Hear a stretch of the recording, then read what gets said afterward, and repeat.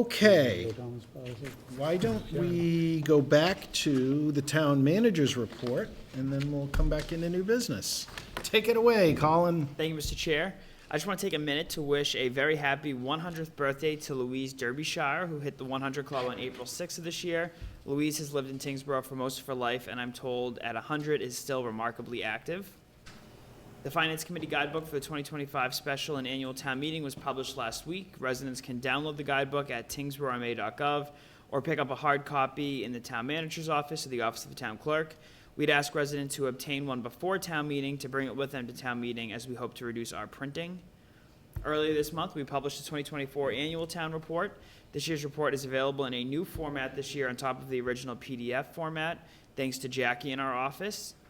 You can now view the report online as a flip book. It even makes the cool page flipping noise when you do it.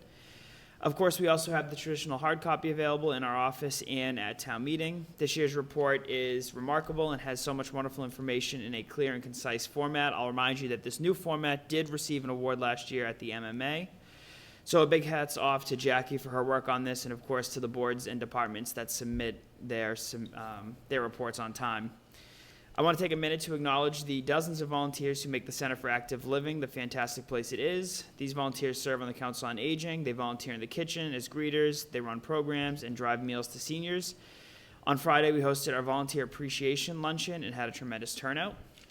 From a staffing perspective, congratulations to Highway Division Foreman Bill Landon, who retired earlier this month after 23 years of service to the town.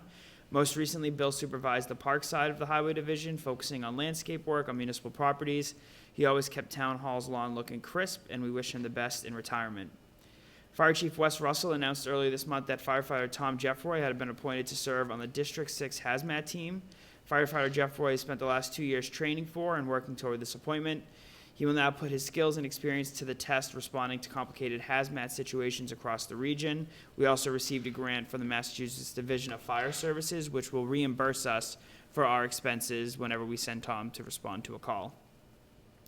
At the recommendation of Chief Sean Woods, I'm happy to share the appointment of Aaron LeMay as a police officer for the town of Tyngsborough.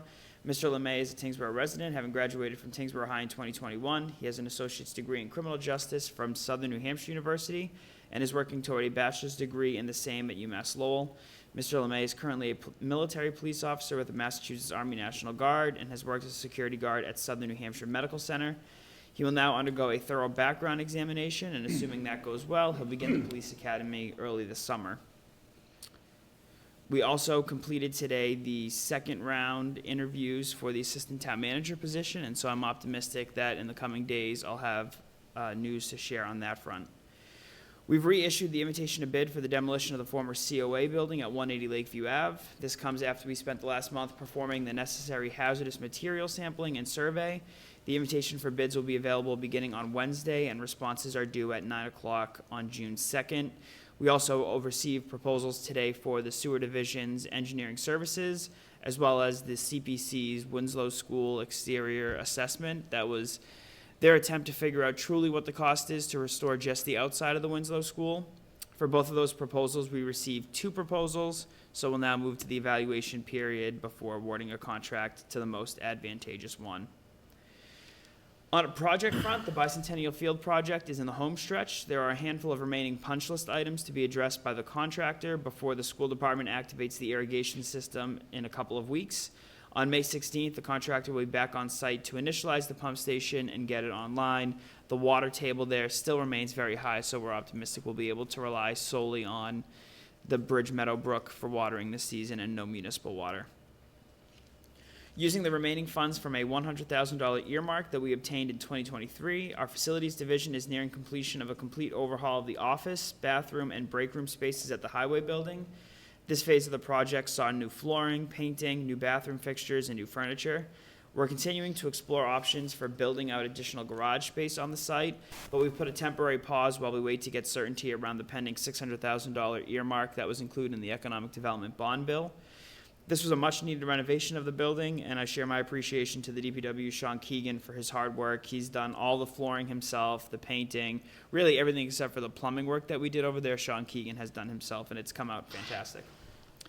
The DPW is finalizing bid docs for the 2025 road program Phase 1. That's the preservation of portion of the project that Jake talked about last time he was here. We expect bids for that will be available in early June with a contract award by July 1st. That timing lines up with our new allocation, both from road stabilization and Chapter 90. The Phase 2, which is the full depth reclamation part of the project, we'll bid that out at the end of the summer with work commencing this fall. That matches the same schedule that we used for the 2024 roads program.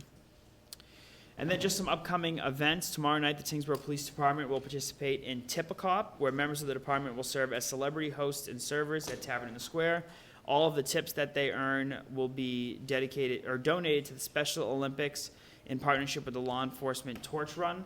This event will run from 5 p.m. to 9 p.m., and I'm told that Chief Woods might even be taking orders and serving drinks, so put him to work. A reminder that annual town meeting will take place next week on Tuesday, May 6th at 7 p.m. at the elementary school. Tomorrow night in this room at 6 p.m. is our pre-town meeting information session. For those that aren't familiar, it's an informal opportunity to learn more about all of the warrant articles, ask whatever questions you have ahead of town meeting. There's no debating at pre-town meeting, and there are no votes taken.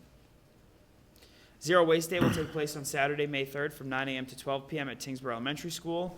The event gets bigger and better every year and is a great opportunity to recycle things that you no longer need.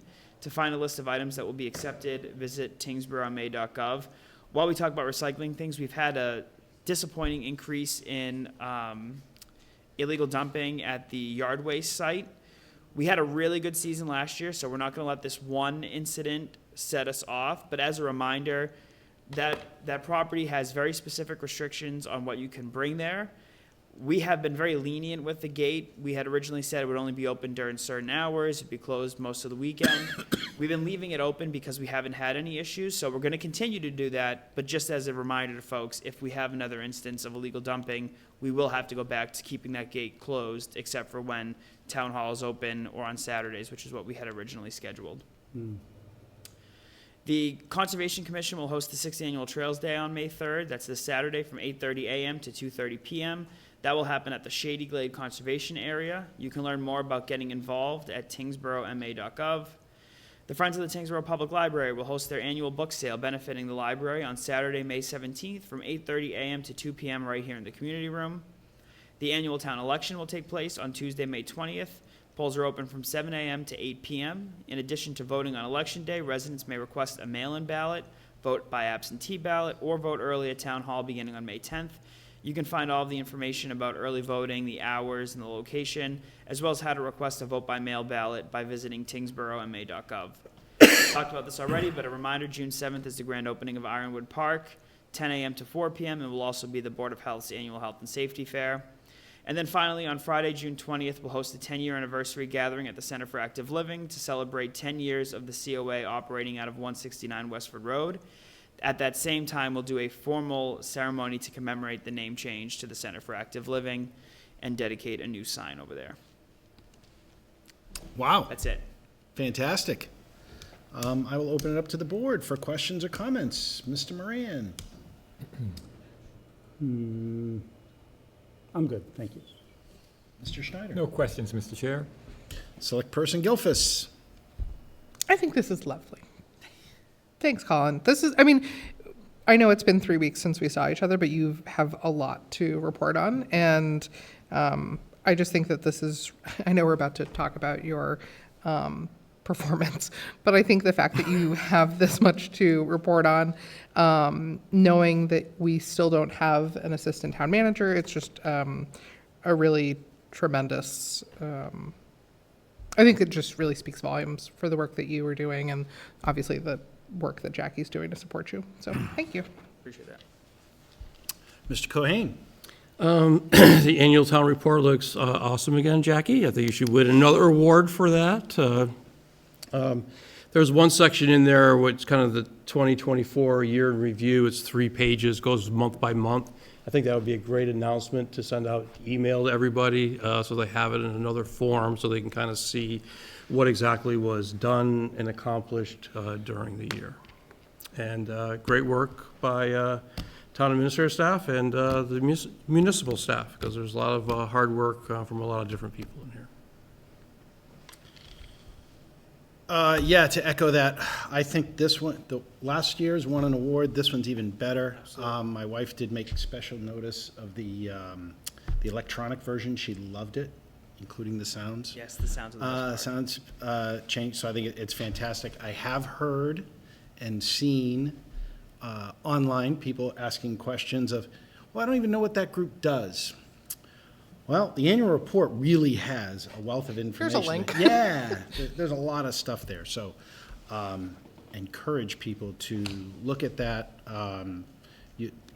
You'll find a lot of information there. So great job, Jackie, as always. I did want to make special note, so Aaron LeMay, police officer, fine young man, I know him, and great family, too. So fantastic to see that we are getting folks local that are doing great things. I am really looking forward to the bicentennial irrigation thing going. We've been working on that for a little while. Yep. So I am really excited to see that. Great that we are updating the highway department items, and then the rest of the things that are here are just fantastic. It's spring, lots of activities, so I encourage, I don't know how you're gonna fit this one, you do the one pager. It's incredibly tough. I don't know how you're gonna fit this one on a one Very pager tough. without leaving something really important out of there. So, thank you for pulling this together, as always, but I encourage residents to not only listen to what Colin just said, but dig in deeper. It will be on podcasts everywhere, and thank you for the update.